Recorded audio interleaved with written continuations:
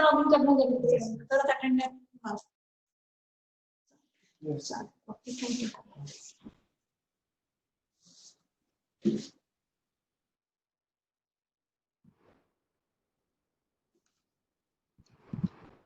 hello good morning good afternoon students today we are going to start with the lecture good afternoon we are going to start with the muscle tone. So the basic principles of the muscle spindle, how tone is being generated in the muscle, that we are going to study.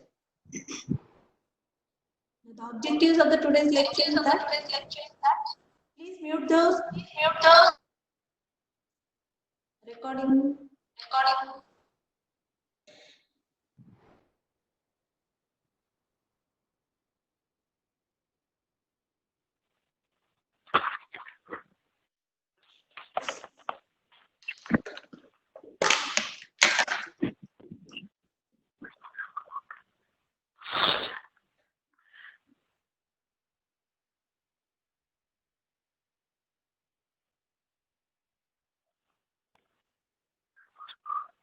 Mute the recording. Hello. So today we are going to study about the introduction, structure, innervation of the muscle spindle functions, how muscle tone is being generated, and the clinical significance. Now, muscle tone, it is defined, it is a state of partial contraction, even at the resting condition is called the muscle tone. So, the tone in the muscle, it is always the muscles are in a state of partial contraction. And these muscle tone basically depend upon the stretch reflex,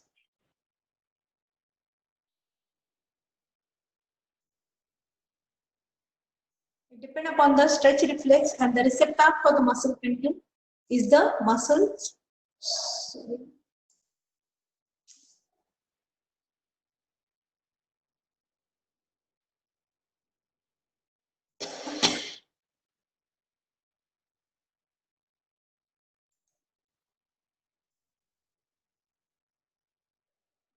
And the receptor for it is the muscle spindle.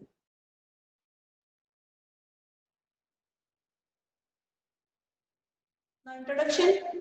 What is it? What does the muscle tone do? Or how does the receptor work? So, muscle spindle is a sensory receptor within the belly of the muscle, which primarily detects the change in the length of this muscle. So, they convey the length information to the central nervous system via the sensory neurons, and this information can be processed by the brain to determine the position of the body parts. So, the person is able to detect exactly at which point or how much degree flexion, extension, adduction, abduction his body parts are being there. So the limbs are being which position we can be detecting it even if the eyes are closed. So this is done by the sensory receptor which is present in the muscle, that is the muscle spindle. How does it do? It detects the speed and the force of the muscle which is being stretching, and it sends the signals to the spine. So through the spine, by means of the stretch reflex, the information will go to the central nervous system.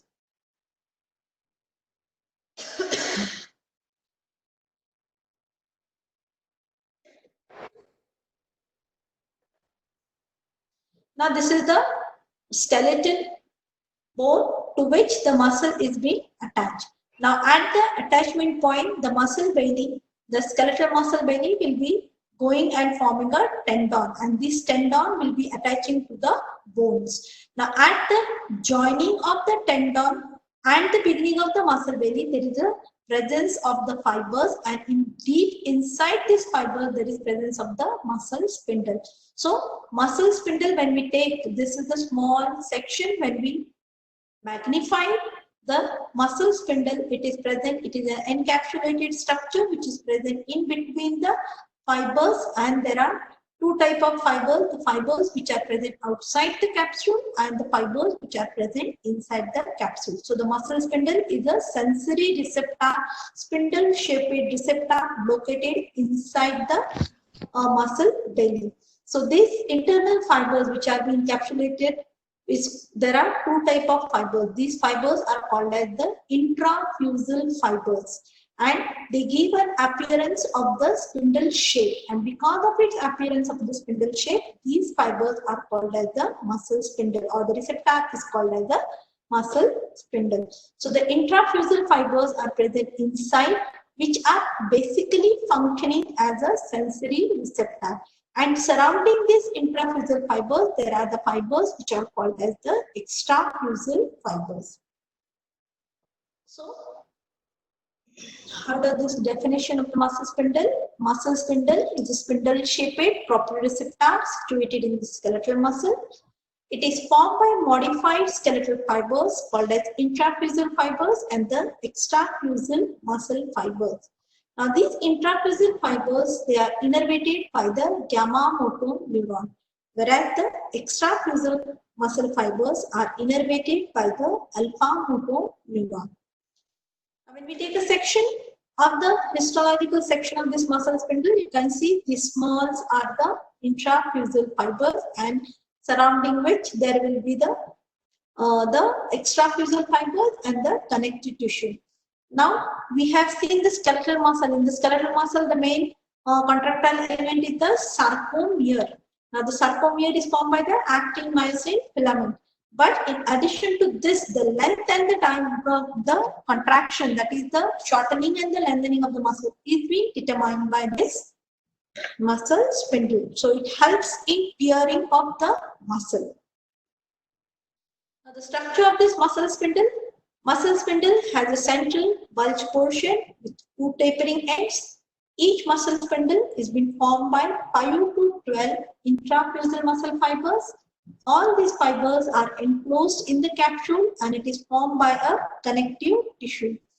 Now, these intrafusal fibers are attached to the capsule on either ends, and the capsule is attached to the either end by the extrafusal fibers. So, the extrafusal fibers are covering the intrafusal fibers.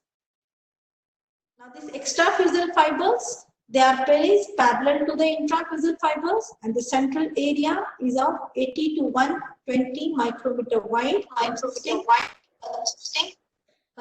of intrafusal fibers surrounded by fluid contained in the capsule. So, this is how it is being arranged, the muscle spindle. You can see this is the capsule, this is the motor plate, and this central portion, this central bulge portion is formed by the intrafusal fibers, and the surrounding this intrafusal fibers, this red color fibers, are the extrafusal fibers. So, at the capsule, this spindle, that is the intrafusal fibers, are attached to the muscle, that is the capsule of the muscle spindle, whereas the extrafusal fibers are also attached at the ends. So, it gives a stiff like a spindle shaped structure. So, this muscle spindle, as I have said, it is made up of two types of intrafusal muscle fibers. These two types of intrafusal muscle fibers, these are the centrally, there is a collection of the nuclei. So, there is a central enlargement, and this central enlargement and the tapering ends, this type of intrafusal muscle fiber is called as the nuclear back fibers. And the one other type of the intrafusal fibers where the nucleus is present in a chain-like manner, and these are called as the nuclear chain fibers.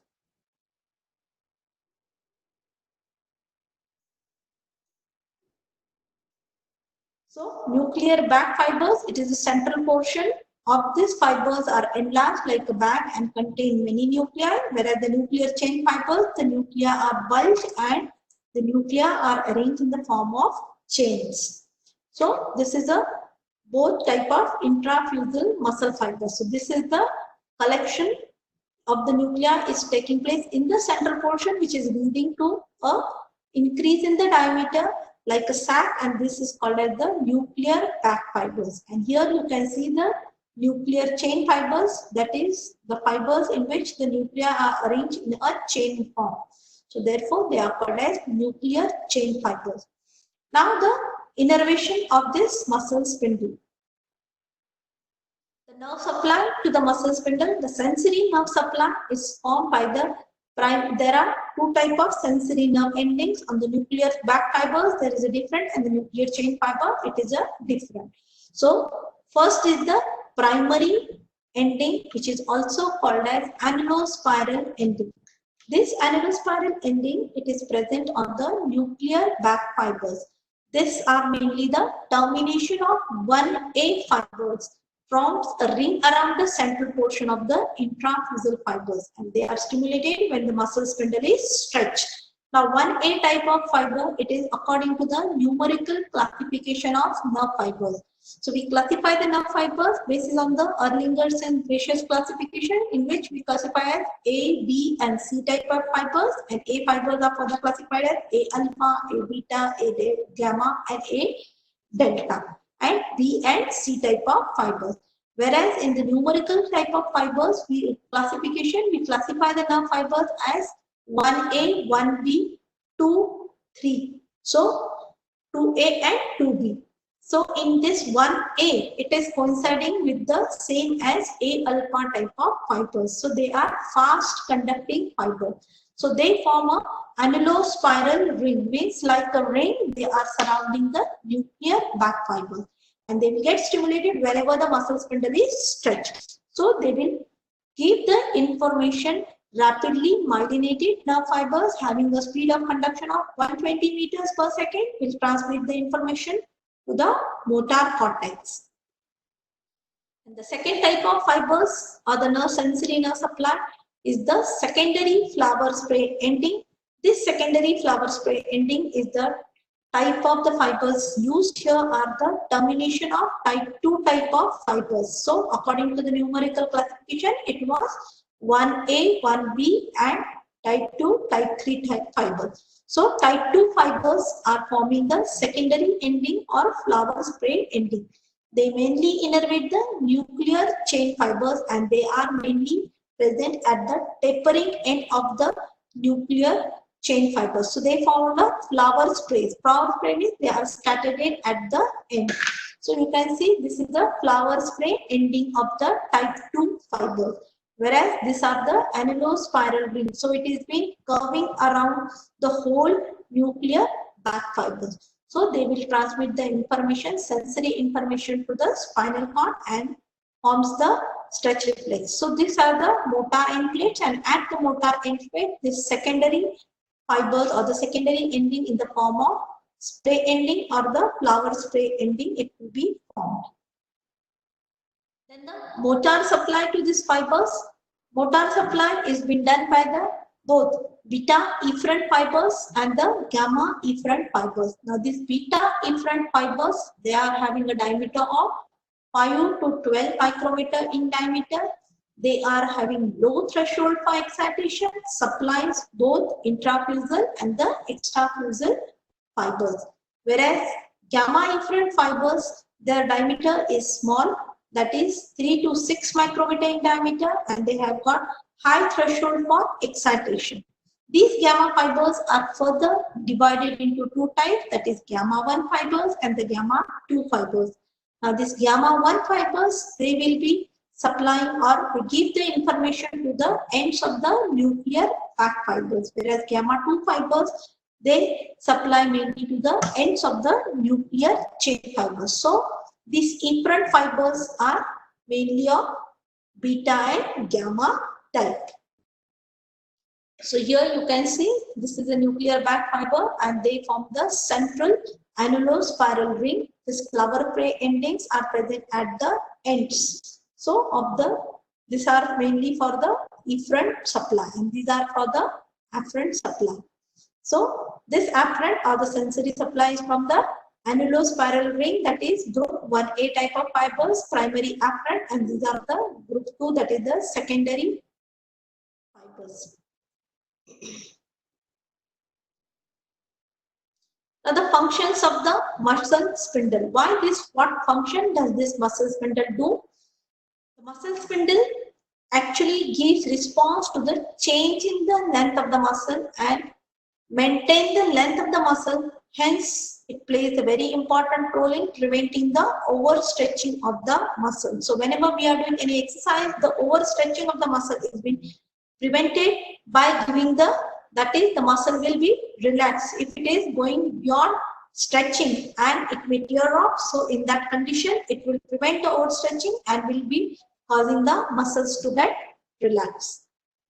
So the muscle spindle has got two main functions. It is act as a receptor organ for the stretch reflex, and it plays a very important role in maintaining the muscle tone, and the muscle tone is required for maintaining the body posture. Now what is the stretch reflex? We have already studied the reflexes and we have classified the reflexes based on the number of synapses. So based on the number of synapses, we classify reflexes into three types, that is monosynaptic reflex, disynaptic reflex, and the polysynaptic reflex. So the only reflex which is present in the body that is monosynaptic is the stretch reflex. So the stretch reflex is an example of monosynaptic reflex. So here only one synaptic connection is being present between the reflex arc and it is a fast phase conducting. So stretch reflex is the single example of the monosynaptic reflex. Now stretch reflex. Stretch reflex is a reflex contraction of the muscle when the muscle is stretched, and it is an example of monosynaptic reflex. So what are the peculiarities of this stretch reflex? It is the quickest of all reflex because only one synaptic connection is present between the sensory organ, then center, efferent, and the effector organ, that is the reflex arc. So here it includes only one synapse. Muscle spindle act as a receptor for this stretch reflex.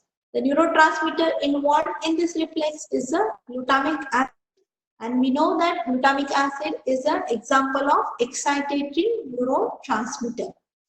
Then the extensor, it is well developed in the extensor muscle, especially in the anti-gravity muscles, where it shows prolonged and severe contraction during stretch reflex. Now this is an example of the stretch reflex. You can see this is the mainly the receptor sensory organ. These are the muscle spindle. Whenever there is a stretching of the muscle, this muscle spindle will get stretched and it will get stimulated. It will send the signals via 1A fibers, that is from the nuclear bag and the nuclear chain fiber. It will go into the spinal cord, and in the spinal cord of that same section, and in spinal cord, it will form a synaptic connection between the center, and the efferent will be bring back via the gamma efferent fibers to relax the muscles. So they will go and stimulate the extrafusal fibers so that the muscle spindle will be relaxed. So the reaction time for this monotactic reflex or the stretch reflex is 19 to 24 milliseconds. So you can see it is just in milliseconds the reflex will be completed. It is well developed in anti-gravity muscles such as the extensor muscles of the legs and the flexor group muscles of the arm. And the examples of the stretch reflexes are bicep, tricep, ankle jerk, supinatal jerk, all this knee jerk. So all these jerk, these are the example of the stretch reflex. Now the stretch reflex, it has got two types, that is the dynamic stretch reflex and the static stretch reflex. So these are the two types of the stretch reflex. Now what is this dynamic and the static stretch reflex? Now how the muscle spindle responds to this stretch will determine the dynamic and the static stretch reflex. Now dynamic, the word itself, it says that whenever there is a change in the tension in the muscle spindle, it will detect. Whereas the static means continuous response. So primary ending of the nuclear back fiber and the nuclear chain fiber, when stimulated with the stretch, the response are different. So dynamic stretch reflex, It's the ending of the nuclear back fiber shows the dynamic stretch reflex response. That is, they discharge more rapidly when the muscle is beginning at the stretch and the less when the response is sustained. Means at the beginning of the stretching, the response will be shown by the nuclear back fiber. Yes, there is a stretching has occurred in the muscle. So it gives the information to the brain and the spinal cord that there is a stretching of the muscle is being started. So at the beginning and at the end it will be shown. But if the tension in the muscle or the stretching is kept continuous, sustained, they will not show any response. Means the firing is taking place only at the beginning and at the stoppage, not in the between. So the sudden stretching of the muscle discharge more rapidly help to oppose the sudden change in the length of the muscle. So these are mainly carried, the information is mainly, that is the efferent response is mainly carried by gamma-1 fibers. We have seen that the gamma fibers, gamma efferent fibers are of two types, that is the gamma-1 and gamma-2. So these fibers, mainly gamma-1 fibers, are innervating the nuclear back fibers, and therefore they are responsible mainly for the dynamic type of stretch reflex. Then the static stretch response. Static means continuous. So the primary ending on the nuclear chain fiber shows the static stretch response. They discharge at the increased rate throughout the period of the stretch of the muscle. And the transmission of the impulse will be continued over long period, which helps to cause continuous contraction of the muscle. So these are mainly innervated by the gamma-2 fibers, and they are mainly supplying the nuclear chain fiber. So this dynamic and the static response are under the control of gamma motor neuron. Now the functions of this stretch reflex. The muscle spindle regulates the posture by two mechanisms, that is by length servo mechanism and secondly by follow-up servo mechanism. Now what is this length servo mechanism? So in this length servo mechanism, by the length servo mechanism, that is how the length is being increasing and how the tone in the muscle will be detected. So if there is increased length, the negative feedback mechanism will get activated and this will bring back the muscle tone back to the normal. So first it will cause, that is increase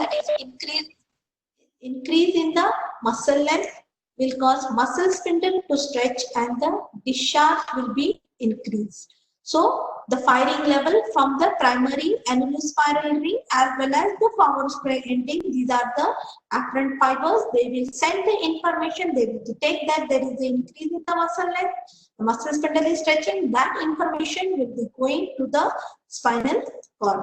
So they will stimulate the sensory nerves and the sensory nerve will stimulate the alpha motor neurons in the spinal cord. And this alpha motor neuron will keep the efferent fibers in such a way that the muscle will be decreasing its length by causing the relaxation. So the muscle length will be getting decreased and thus once again normal muscle length. So this mechanism is called as length servo mechanism. Then the follow-up servo mechanism. This follow-up servo mechanism is regulated by the sustained contraction of the muscles. And this both gamma and the alpha efferent discharge is being taking place. So whenever there is an increase in the gamma and alpha efferent discharge, it will cause increase in the spindle sensitivity. Because of the increase in the spindle sensitivity, there occurs decrease in the pull on the muscle spindle due to alpha motor neuron, and this still muscle spindle will be contracted. This alpha motor neuron usually supplies extrafusal fiber. So whenever the muscle spindle is overstretched, the alpha motor neuron will cause relaxation of the extrafusal fibers, and therefore the extrafusal fibers will be the extrafusal fibers will be getting contracted and this will cause the spindle to get stretched and contract. So due to this, gamma motor neuron and stimulate alpha motor, and finally the muscle will be contracted. So it will help in sustained contraction of the muscle. Now the maintenance of the muscle tone. Now this maintenance of the muscle tone is basically taking place by two fundamental mechanisms. First is by the spinal mechanism. That is, spinal mechanism is by stretch reflex, and the second is by supraspinal control. Now the supraspinal mechanism. In this supraspinal mechanism, it consists of control by higher centers and the other centers. So this higher centers means which centers? This is mainly taking place, that is the control is mainly taking place via the descending tract. And the descending tract, these are arising both, that is the pyramidal tract which arises from the primary motor cortex, and the extrapyramidal tracts which are arising, which are in addition to the pyramidal tract. They are also arising from the different regions in the cerebral cortex. Like extrapyramidal tracts are, these are mainly the rubrospinal tract, vestibulospinal tract, reticulospinal tract, tectospinal tract. All these are the extrapyramidal tract. So both these tracts will be terminating on the anterior horn cells, and these anterior horn cells and influence the alpha or gamma motor activity. Accordingly, they will modify this alpha gamma motor activity, and thus they will help in modifying the muscle tone. So about 30% of the anterior horn cells belongs to gamma motor neuron. Secondly, the supraspinal control of the stretch reflex is, or the muscle tone, is mainly by the subcortical gray matter nuclei. So this subcortical gray matter nuclei are mainly the nuclei which are present in the basal ganglia. So we have seen that basal ganglia has a, it inhibits the gamma efferent fibers. So there has got an inhibitory role on the gamma efferent fibers. Then motor neurons present in the reticular formation of the brain, they also modulate the tone in the muscle. They act mainly on the gamma fibers. Then vestibular nucleus, it has got mainly the inhibitory influence on the alpha motor neuron. And lastly, the cerebellum.